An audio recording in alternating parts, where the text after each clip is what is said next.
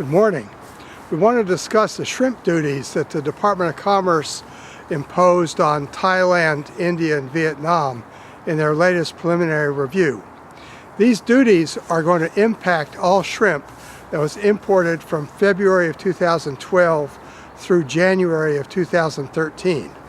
By our calculations, the potential cost to the shrimp industry is about $35 million.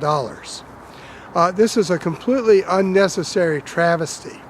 What happened is that after the U.S. Department of Commerce lost the ability to use something called zeroing, which was declared illegal by the World Trade Organization and also was challenged in U.S. courts, they reduced the shrimp duties because by this normal calculation method, many of the duties declined to 1%, 2%, very low number, and some went to zero or de minimis.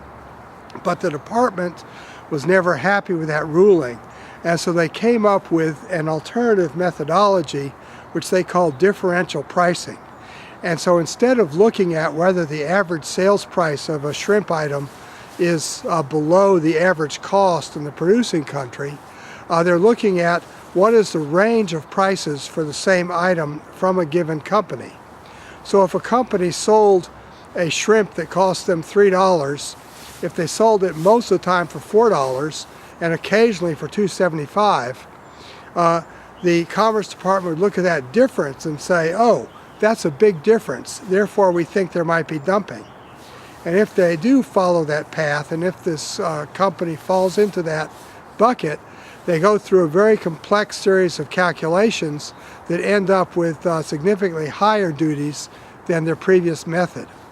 One other important thing about this change is that in the past, once a duty was in place and there was a preliminary review, a plaintiff had to ask that a particular company be reviewed in the upcoming year for that review to take place. And without that request, no review and no change of duty would occur.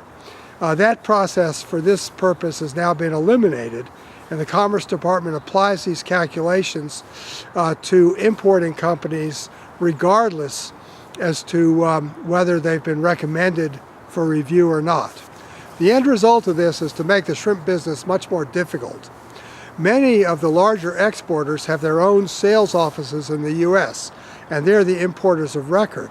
So therefore, they're the ones who are going to be exposed to this. But many small and medium-sized companies who purchase shrimp on their own account and then import it into the U.S. are going to be facing this significant after-the-fact cost increase. You know, what bothers me the most about this is the U.S. generally takes a very strong stand against crony capitalism and bribery and the fact that you have to pay off officials in various countries to do business. And they've always sort of held up the U.S. as a model where you know what the law is, and if you follow the law, you can be sure of what returns you're going to get. Well, this change in calculation of shrimp duties throws this on its head, and it means that no company is really safe in calculating what their earnings or profits are going to be from a given transaction when the Department of Commerce can come back after the fact and change the cost basis. That's what happened in this preliminary ruling. Unfortunately, although preliminary rulings often change before the final, the legal consensus here is that this ruling is going to be difficult to change. So in about 4 to 5 months, we'll get a final ruling and we'll see what the damage really is.